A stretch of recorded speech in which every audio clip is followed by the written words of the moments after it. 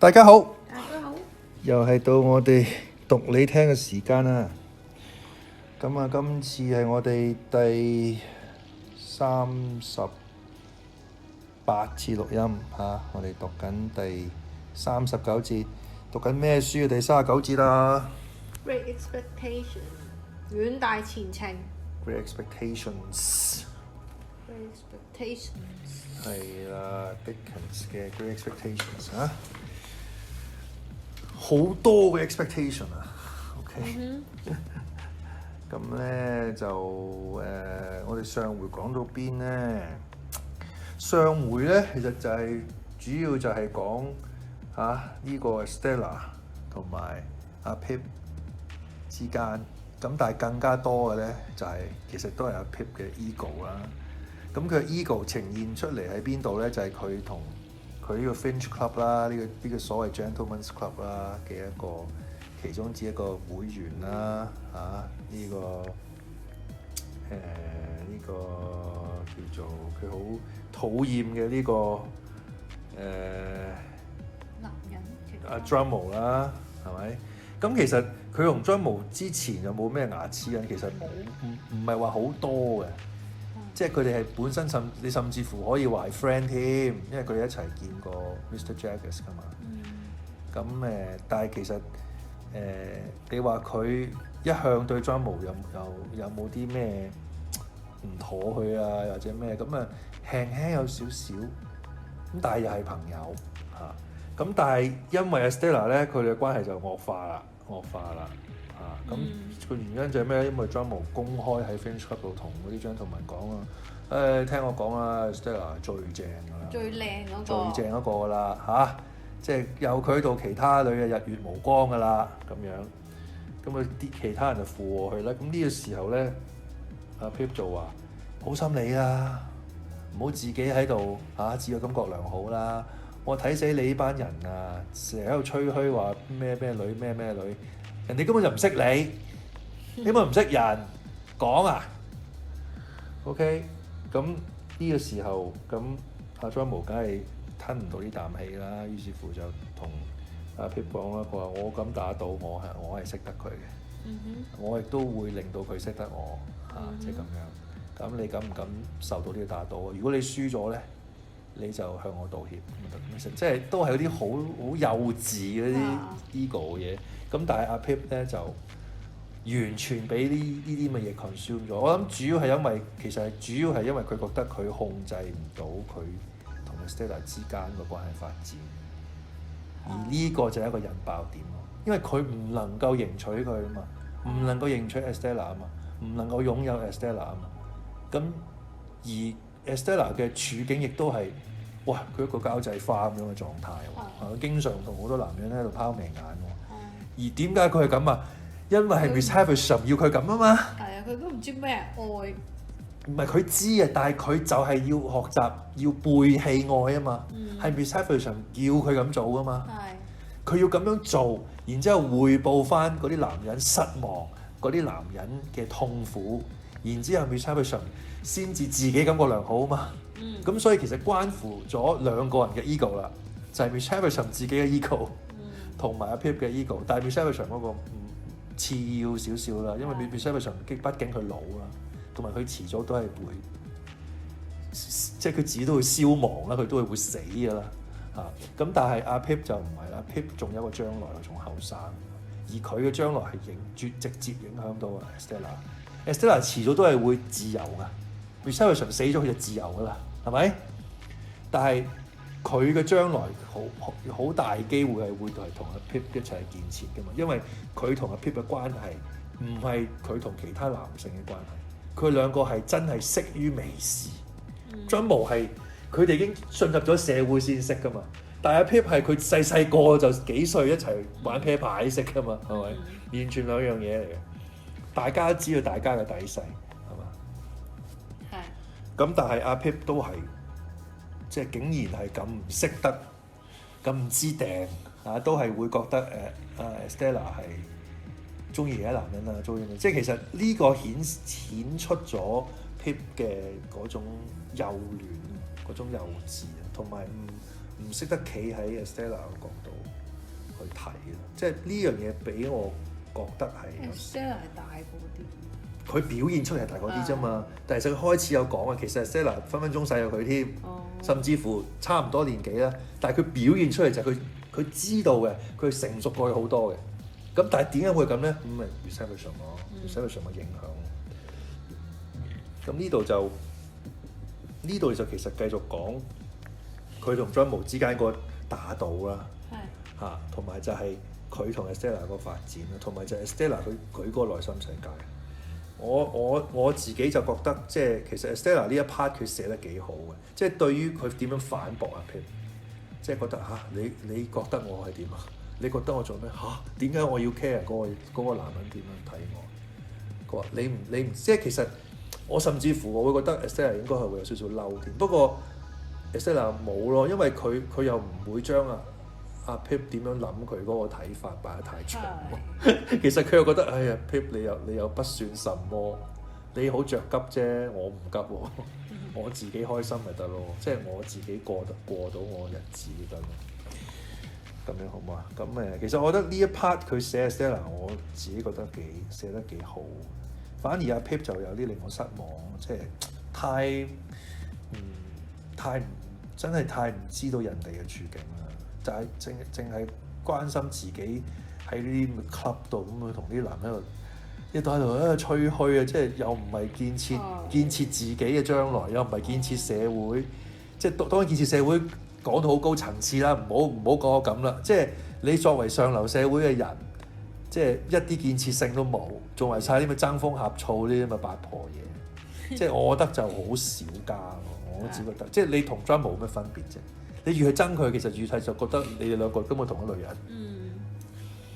OK， 好啦，咁第39節 I was 3 and 20 years of age。OK， 即係23歲啦。係啦，其實即係唔細啦。喺嗰個年代真係唔細啦，冇即係其實你好幼稚㗎啦，仲係做緊呢啲嘢。即係我唔係話嗰個年代嗰啲階層嘅唔做啲，可能佢哋都係 exclusively 做過呢啲嘢添。但係你 on the side 你 exclusively 喺度做啲嘢，但係你都要有啲收入㗎嘛。咁你嘅收入就係人哋俾你嘅零用錢㗎嘛。咁真係有啲失敗㗎。Not another word had I heard to enlighten me on the subject of my expectations.And my 23rd birthday was a week gone。已經過咗個禮拜。係喎，佢上一次就係同 Mr. Jagger 食飯啊嘛。係同一個嚟嘅咩？都係嗰陣時就係慶祝呢個23歲。我懷疑咯，係咯。We had left Bernard's in more than a year。唔係喎，佢係話佢真係。即係嗰陣時係21歲啊嘛。OK， 咁即係眨下眼又過2年。係咯。We had left Bernard's in more than a year， 即係記唔記得啊？即係 Bernard's 真係好噏得㗎嘛。係咯。但係佢自己裝修咗自己間房咁樣。And lived in a temple. Our chambers were in Garden Court, down by the river. Mr. Pocket and I had for some time parted company as to our original relations, though we continued on the best terms. 即係 Mr. Pocket 即係 Herbert 個爸爸啦嚇。Notwithstanding my inability to settle to anything, which I hope arose out of the restless and incomplete tenure on which I held my means, I had a taste for reading and read regularly so many hours a day. 咪好咯，讀下書，好似我哋咁。That matter of Herbert's was still progressing. That matter of Herbert 即係咩意思啊？即係話佢爭錢嗰啲嘢。即係話佢暗中俾錢啊 Herbert。係啦 ，That matter of Herbert，OK。Still progressing, and everything with me was as I have brought it down to the close of the last preceding chapter. Everything with me， 即係呢度係講咩意思啊？即係話係咪講佢嘅事業啊 ？No， 咁即係咩啊？佢同 estella 之間咯嚇。Business had taken Herbert on a journey to Marseille. I was alone, and a dull sense of being alone.Dispirited and anxious， 點解咁唔開心啊？因為佢同 estella 仲係冇發展咯。而呢一 part 佢終於唔講 Herbert 啦，我覺得係啱嘅，因為 Herbert 其實冇咩好講。即係調翻轉 Herbert 唔係一個推動阿 Pip 嘅人。Herbert 調翻轉係需要 Pip 去推動佢嘅人，而 Pip 已經推動咗佢啦，推走佢啦，咁就唔好再講 Herbert 啦。OK， 即係 Herbert 可能係緊要關頭出嚟講兩句嘢激勵下 Pip 咁算啦，就唔好再寫 Herbert 啦，因為真係冇乜意思嘅呢個人物嚇。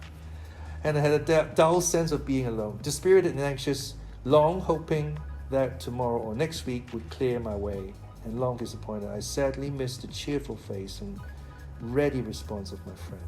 It was wretched weather, stormy and wet, stormy and wet, and mud, deep in all the streets. Day after day, a fast, heavy veil had been driving over London from the east, and it drove still, as if in the east there were an eternity of cloud and wind. So furious had been the gusts that high buildings in town had lead stripped off their roofs. And in the country, trees had been torn up and sails of windmills carried away, and gloomy accounts had come in from the coast of shipwreck and death. Violent blasts of rain had accompanied these rages of wind, and a day had just closed as I sat down to read had been the worst of all. Alterations have been made in that part of the temple since that time, and it has not now so lonely a character as it had then, nor is it so exposed to the river. We lived at the top of the last house, and the wind rushing up the river shook the house that night like discharges of cannon or breakings of the sea. When the rain came with it and dashed against the windows, I thought, raising my eyes to them as they rocked, that I might have fancied myself in a dawn-beaten lighthouse. Occasionally the smoke came rolling down the chimney as though it had not dared to go out into such a night. And when I set the doors open and looked down the staircase lamps were blown out. And when I shaded my face with my hands and looked through the black windows, I saw that the lamps in the court were blown out, and that the lamps on the bridges and the shore were shuddering, and that the coal fires and barges on the river were being carried away before the wind like red-hot splashes in the rain. 佢其實好少形容咁多講天氣嘅。佢有就係個故事一開頭嗰陣時候，佢之後都冇嘅，冇形容用咁多篇幅去形容天氣。佢嚟到呢度，佢又形容天氣啦。咁呢個係咪一個巧合咧？定係佢佢咁耐冇形容天氣，而家形容天氣咯？我可以話俾你聽，唔係。佢係刻意嘅。點解？好啦，係啦，點解咧？通常呢天氣而家講嘅天氣係點啊？差咯。差，同埋佢係講緊天氣嘅轉變啊嘛。係咪啊？天氣係一種轉變啊嘛。咁呢種係一種比喻嘅，即係比喻乜嘢啊？比喻差佢。比喻佢自己。係。阿 Pip 嘅人生點樣？係啦，同天氣一樣，佢都係一種轉變。阿 Pip 嘅故事一開頭係咪都係有所轉變啊？因為一個佢唔識嘅一個囚犯喺個墳場度捉住佢，係咪啊？同個天氣都係唔好嘅，係咪啊？咁到到而家啦，又有一種天氣嘅轉變啦。咁意味住咩啊？意味住佢人生又有一種轉變喺度。咁但係咩轉變咧？唔知，仲未講。Okay. I read with my watch upon the table, purposing to close my book at 11 o'clock. As I shut it, St. Paul's and all the many church clocks in the city, some leading, some accompanying, some following, struck that hour. The sound was curiously flawed by the wind, and I was listening and thinking how the wind assailed and tore it when I heard the footstep on the stair. What nervous folly made me start, and awfully connected with the footstep of my dead sister, matters not. It was past in a moment, and I listened again, and heard the footsteps stumble in coming on, remembering then that the staircase lights were blown out, and I took up my reading lamp and went out to the stairhead. Whoever was below had stopped on seeing my lamp, for all was quiet. There is someone down there, is there not? I called out, looking down. 好驚喎！有人入咗去間屋，黐線。Yes, said a voice from darkness beneath. What floor do you want? The top, Mr. Pip. That is mine. There is nothing the matter. Nothing the matter, returned the voice, and the man came on. I stood with my lamp held out over the stair rail, and he came slowly within its light. It was a shaded lamp to shine upon a book, and its circle of light was very contracted, so that he was in it for a mere instant, and then out of it. In an instant, I had seen a face that was strange to me, looking up with an incomprehensible air of being touched and pleased by the sight of me. Moving the lamp as the man moved, I made out that he was substantially dressed, but roughly, like a voyager by sea. That he had long iron grey hair. That his age was about 60. That he was a muscular man, strong on his legs, and that he was brown and hardened by exposure to weather. As he ascended the last stair or two, and the light of my lamp included us both, I saw, with a stupid kind of amazement, that he was holding out both his hands to me. Pray, what is your business? I asked him. My business? He repeated, pausing. Ah, yes, I will explain my business by your leave. Do you wish to come in? Yes, he replied, I wish to come in, master.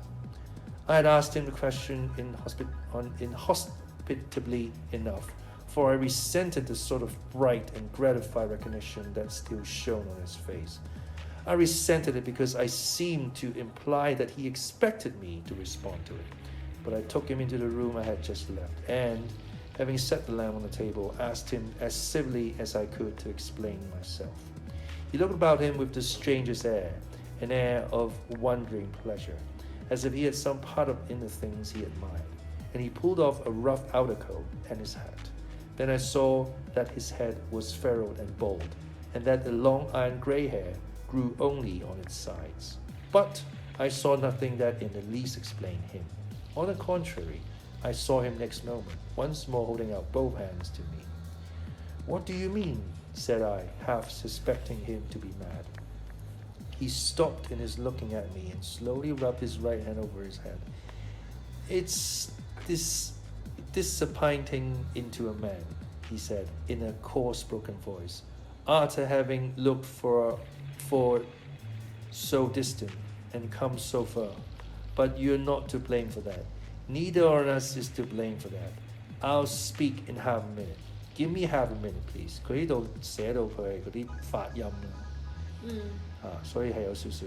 佢唔係 disappointing 係 disappointing，不過佢讀到 disappointing，明唔明啊？He sat down on a chair that stood before the fire and covered his forehead with his large brown, veinous hands. I looked at him attentively then and recoiled a little from him, but I did not know him. There's no one nigh, said he, looking over his shoulder. Is there? There's no one near. There's no one near.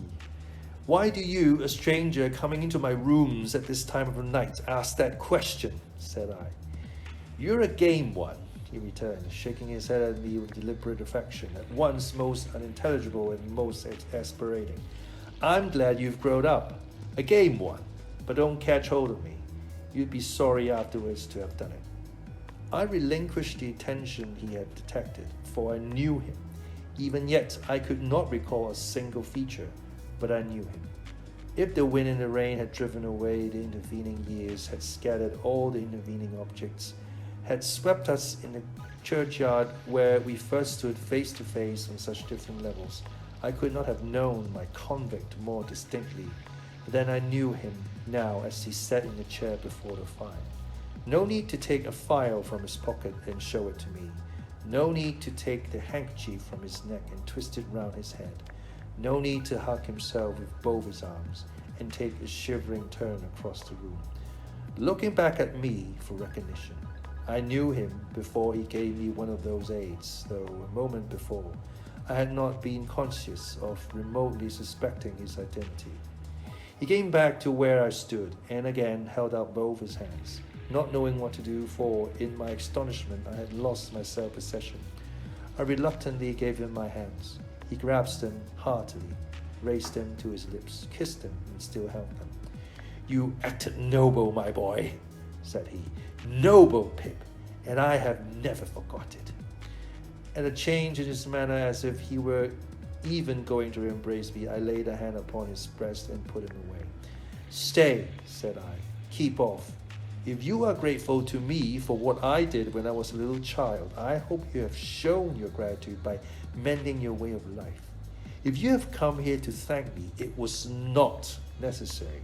Still, however you have found me out, there must be something good in the feeling that has brought you here, and I will not repulse you. But surely, you must understand that My attention was so attracted by the singularity of his fixed look at me that the words died away on my tongue. You were saying, he observed, when we had confronted one another in silence, that surely I must understand. What surely must I understand? That I cannot wish to renew that chance intercourse with you of long ago under these different circumstances. I am glad to believe you have repented and recovered yourself. I am glad to tell you so. I am glad that thinking I deserve to be thanked, you have come to thank me. But our ways are different ways, nonetheless. You are wet and you look weary. Will you drink something before you go? He had replaced his neckerchief loosely and had stood keenly observant of me, biting a long end of it. I think, he answered, still with the ends of his mouth and still observant of me, that I will drink before I go. There was a tray ready on the side table. I brought it to the table near the fire and asked him what he would have. He touched one of his bottles without looking at it or speaking, and I made him some hot rum and water.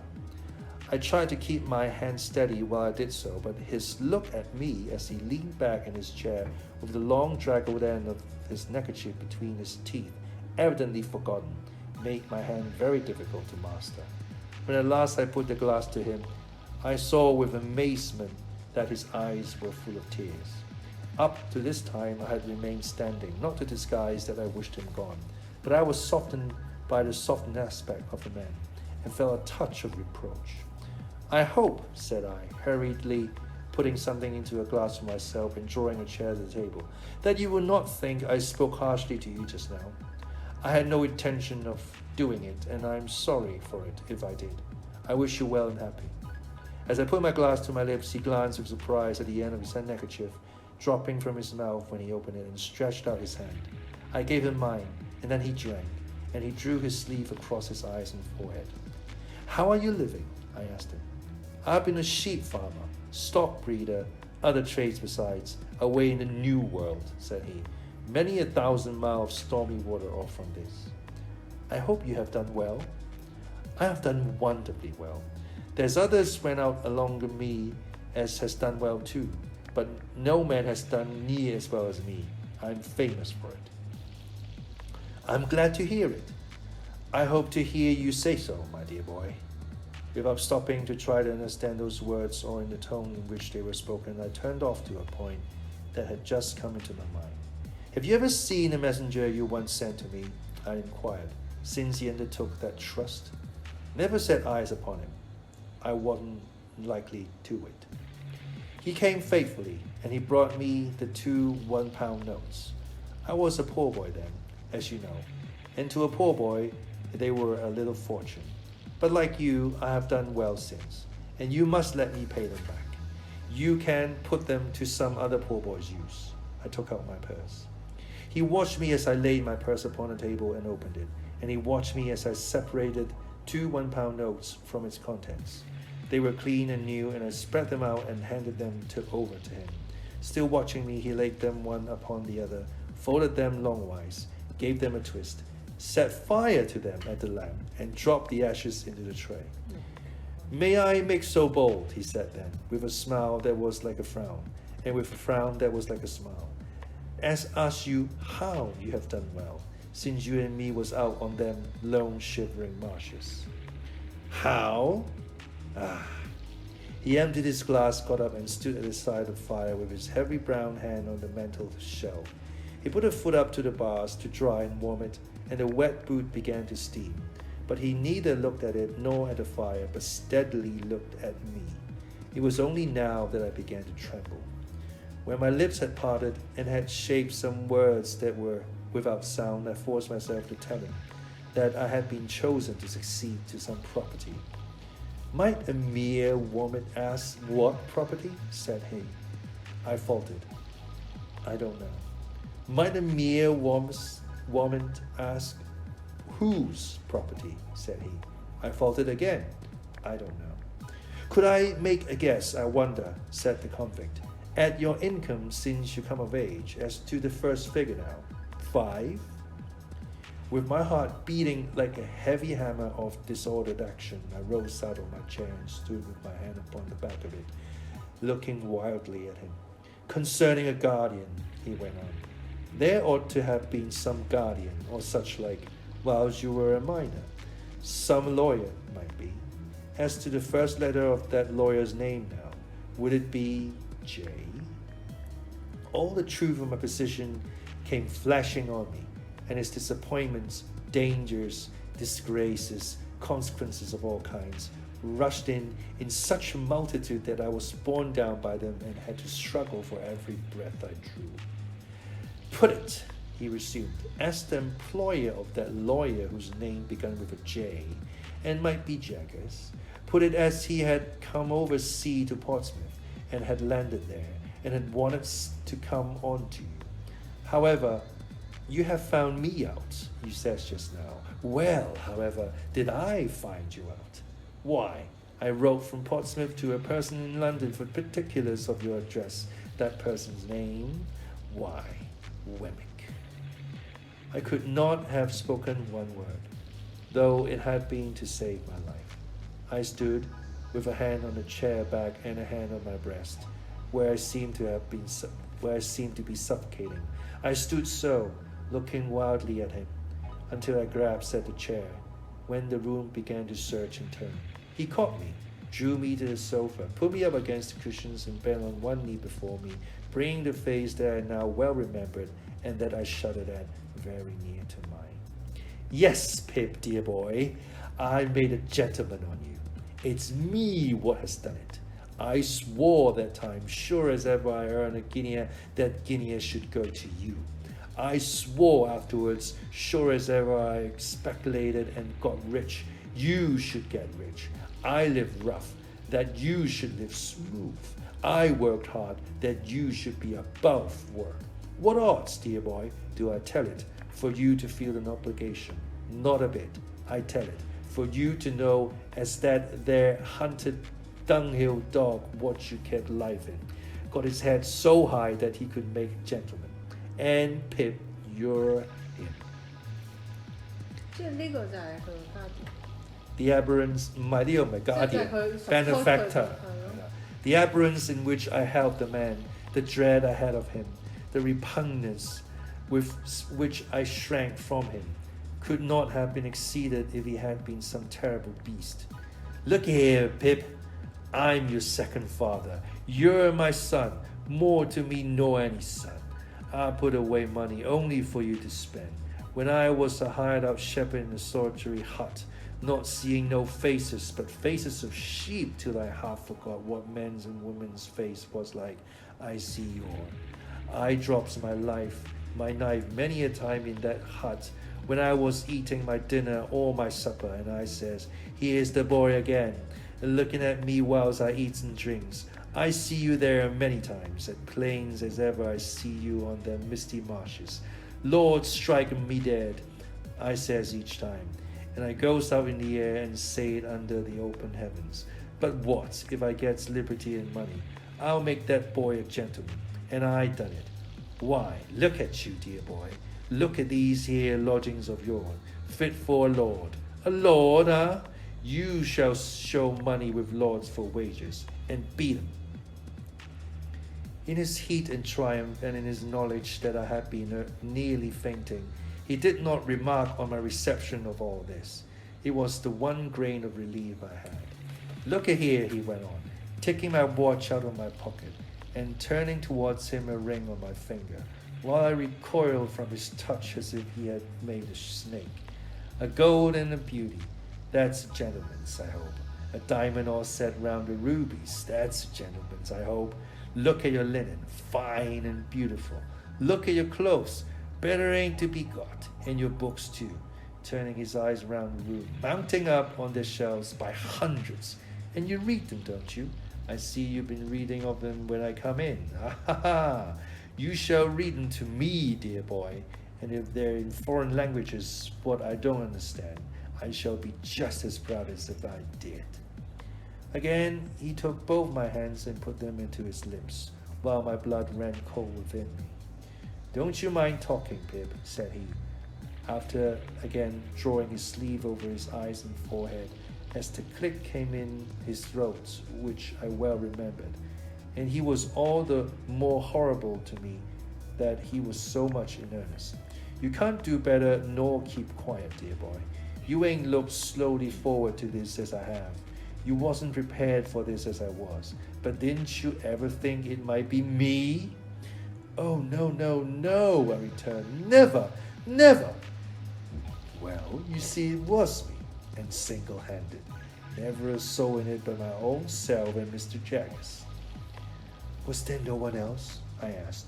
No, said he, with a glance of surprise. Who else should there be? And dear boy, how good-looking you have grown. There's bright eyes somewheres, eh? Isn't there bright eyes somewheres? What you love the thoughts on? Oh, Estella, Estella. They shall be yours, dear boy, if money can buy them. Not that a gentleman like you, so well set up as you, can't win him off of his own game, but money shall back you. Let me finish what I was telling you, dear boy. From their hut and their hiring out, I got money left me by my master and got my liberty and went for myself. In every single thing I went for you. Lord strike a blight upon it, I says, whatever I was went for. If it ain't for him, it all prospered wonderful. As I give you to understand just now, I'm famous for it. It was the money left me, and the gains of the first few years, what I sent home to Mr. Jaggers, all for you, when he first came after you, agreeable to my letter. Oh, that he had never come, that he had left me at the forge, far from contented, yet by comparison happy. And then, dear boy, it was a recompense to me, looky here, to know in secret that I was making a gentleman. The blood horses of them colonists might fling up the dust over me as I was walking. What do I say? I says to myself, I'm making a better gentleman nor ever you be.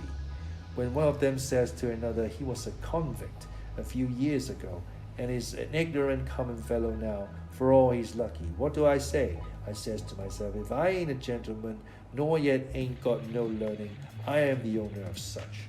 All on you owns stock and land, which on you owns a brought-up London gentleman.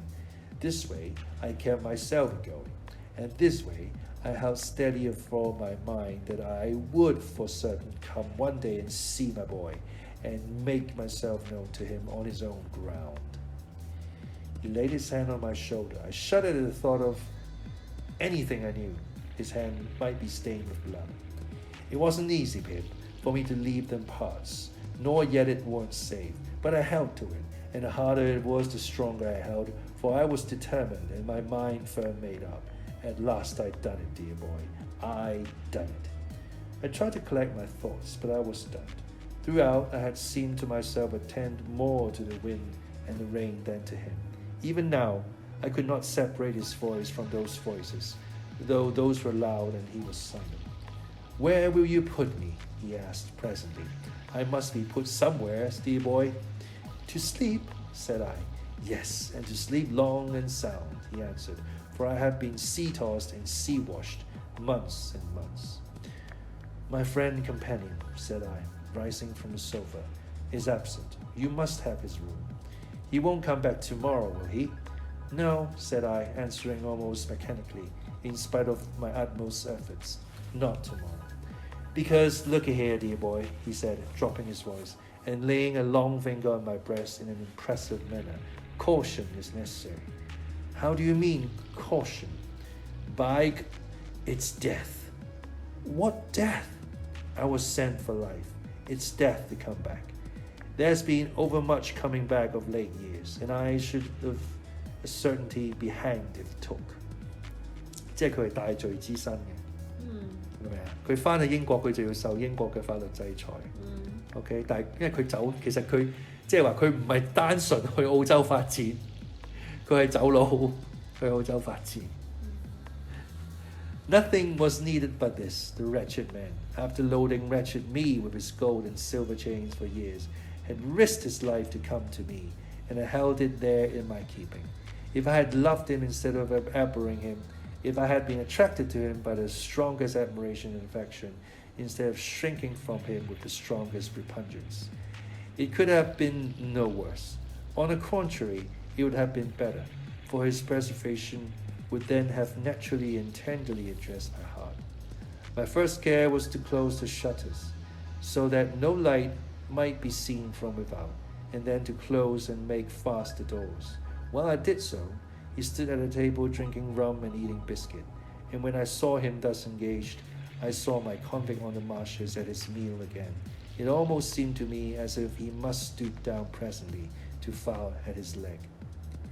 When I had gone into Herbert's room and had shut off any other communication between it and the staircase, then through the room in which our conversation had been held, I asked him if he would go to bed. He said yes, but asked me for some of my gentleman's linen to put on in the morning. I brought it out and laid it ready for him, and my blood again ran cold when he again took me by both hands to give me good night.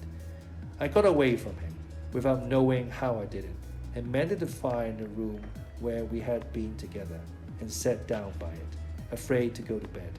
For an hour or more I remained too stunned to think, and it was not until I began to think that I began fully to know how wrecked I was, and how the ship in which I had sailed was gone to pieces. Mrs. Havisham's intentions towards me, all a mere dream. Estella not designed for me. I only suffered in Sally's house as a convenience, a sting for the greedy relations, a model with a mechanical heart to practice on when no other practice was at hand. Those were the first smarts I had.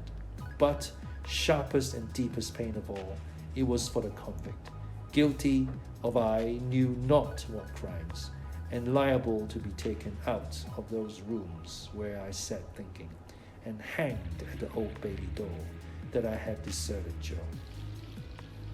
I would not have gone back to Joe now. I would not have gone back to Biddy now, for any consideration, simply, I suppose, because my sense of my own worthless conduct to them was greater than every consideration.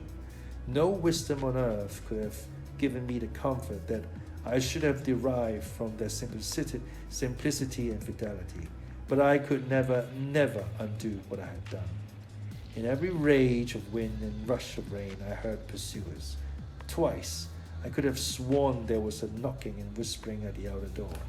With these fears upon me, I began either to imagine or recall that I had had mysterious warnings of this man's approach, that for weeks gone by I had passed faces in the streets which I had thought like his, that these likenesses had grown more numerous as he, coming over the sea, had drawn nearer, that his wicked spirit had somehow sent these messengers to mine, and that now on this stormy night he was as good as his word, and with me. Crowding up with these reflections came the reflection that I had seen him with my childish eyes to be a desperately violent man, that I had heard the other convict reiterate that he had tried to murder him, that I had seen him down the ditch tearing and fighting like a wild beast. Out of such remembrance, I brought into the light of the fire a half-formed terror that might not be safe to be shut up there with him in the dead of the wild solitary night. This dilated until it filled the room, and impelled me to take a candle and go in and look at my dreadful burden. He had rolled a handkerchief round his head, and his face was set and lowering in his sleep. But he was asleep, and quietly too, though he had a pistol lying on the pillow. Assured of this, I softly removed the key to the outside of his door, and turned it on him before I again sat down by the fire. Gradually, I slipped from the chair and lay on the floor. When I awoke without having parted in my sleep with the perception of my wretchedness, the clocks of the Eastwood churches were striking 5. The candles were wasted out, the fire was dead, and the wind and rain intensified the thick black darkness. This is the end of the second stage of Pip's expectations. 呢個就係佢嘅轉變啦。原來終於就開估啦，邊個係佢嘅 benefactor 啊？就係之前佢救咗嗰個同，就係嗰個 convict 咯。佢冇救佢，佢只不過係去 provide 咗個 file 同埋俾嗰啲 play 佢。冇錯啦。咁然之後呢個男人就之後點啊？就走佬去咗澳洲，然之後澳洲又點啊？賺咗好多錢，就賣羊，就去做羊啊嘅 trading 啦。咁實際上做啲咩就唔知啊，呢個佢講嘅啫。咁但係我信得過佢都係有做正行嘅。即係始終你唔係即係走私就得嘅。即係我諗佢係真係有做啲正行，因為佢話佢好出名啊嘛。好多人都識得佢啊嘛，喺嗰邊咁但係同一時間佢亦都係冇人冇物，佢得自己一個。咁然之後啲人就會同佢講：咁你咁辛苦做咁辛苦為咗咩啫？咁阿 Pip 似乎就係佢嘅一種精神寄託咯。係咯。即係佢諗起佢又好勤力去做嘢。即係佢諗起 Pip， 即係佢覺得，因為阿 Pip 喺佢心目中係一種 goodness 嚟㗎嘛。Pip 就係人性嘅光輝嘅一面。佢甚至乎覺得自己都係一個黑暗面嚟嘅。佢甚至乎都唔中意自己嘅。但係因為有阿 Pip 嘅存在，佢又覺得佢做一切都係有意義嘅。佢嘅人生可以繼續落去，都係因為阿 Pip。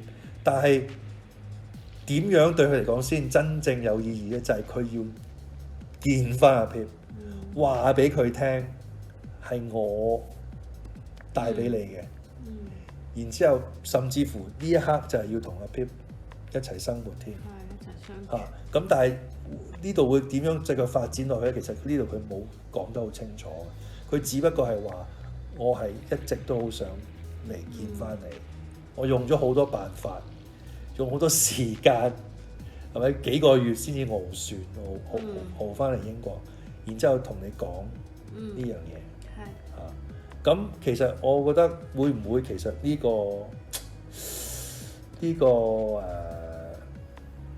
convict 其實佢都係想覺得佢自己嘅生命可能都差唔多告一段落咧，即係可能覺得自己都年紀大啦，即係佢死。因為佢翻嚟呢度。佢要俾人拉㗎嘛，即係可能佢想死，但係都喺翻佢嘅家鄉死，同埋佢好想阿 Pip 幫佢送終啦。其實 in a way， 即係佢淨稱呼阿 Pip 你係我係你嘅 second father，你係我嘅 second son 啊。所以其實佢 in a way 佢係想認仔啊，而佢係同佢不停去講我戥你好驕傲，但係其實有咩好驕傲啫？佢嘅驕傲就係你變咗個 gentleman 啊。你有好多書啊！你而家住咗個咁好嘅地方，但係其實呢啲都係用錢堆砌嘅。即係阿 Pip 實際上佢 achieve 咗啲咩啫？其實佢冇 achieve 到啲咩㗎。佢冇做生意，佢咩都冇做，佢自己屋企睇書啫嘛。咁但係呢個人已經好 proud 㗎，即係你啊，起碼可能佢覺得佢起碼冇敗咗佢副身家啦，又或者佢冇自甘墮落啦。其實阿 Pip 都少墮落嘅。不過唔算好差嗰種啫，係啦。咁咯，咁其實佢係想認仔，然之後我個人判斷咧就係佢覺得佢年紀大啦，佢想有人照顧佢，有人去感激佢，同埋就係佢想佢人生最後呢個階段係有人陪佢行，係啦。咁但係佢自己又冇人冇物啦，佢連揾個女人都冇。呢個一個咁樣嘅一個男人，好孤獨嘅，好孤單嘅。咁阿 Pip 其實就唔中意呢個人嘅一開始。咁但係當佢發現咗原來你就係 benefactor，其實佢內心咪更加難過啦。佢即刻就諗阿 Jo 啊，諗阿 Biddy 啊，同埋即係覺得原來 estella 唔係設計俾我嘅。havisham 根本就唔關嗰件事，即係佢好 disappointed。用佢嚟 practice。即係佢係啦，即係佢好失望啦，覺得，因為佢一心一意都係諗住係 havisham，但係原來真係唔係，即係 havisham 真係唔 care 你咯。佢只不過想玩你咋，佢只不過係借你嚟俾estella 去練習。冇錯啦，冇。然之後佢自己好 high，因為佢咪不停咁問 pip， 喂，你中唔中意佢啊？你覺得點啊？係嘛？其實佢係好 high 啊嘛，佢自己喺度 high 緊。即係佢阿 pip 就以為佢可能唔多唔少都係關心我嘅，但係原來真係唔係，係零。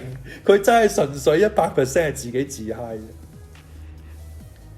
咁然之後呢個成個囚犯光咗一半頭嘅呢個老嘢出嚟同你講你係我個仔啊！咁樣佢覺得哇救命啊！唔好埋嚟啊！咁但係已經太遲啦，即係佢已經因為佢實在講得太清楚啦。佢 Mr. Jaggers 又講你幾多錢零用錢都講埋，咁唔係你就做邊個啊？都講到呢個程度啦，係咪？咁佢都要接受啦。咁然之後就係點啊？住埋一齊咯。好啦，咁住埋一齊之後會點咧？我哋就要第3部嘅故事繼續發展落去啦，好唔好啊？好，下次再講。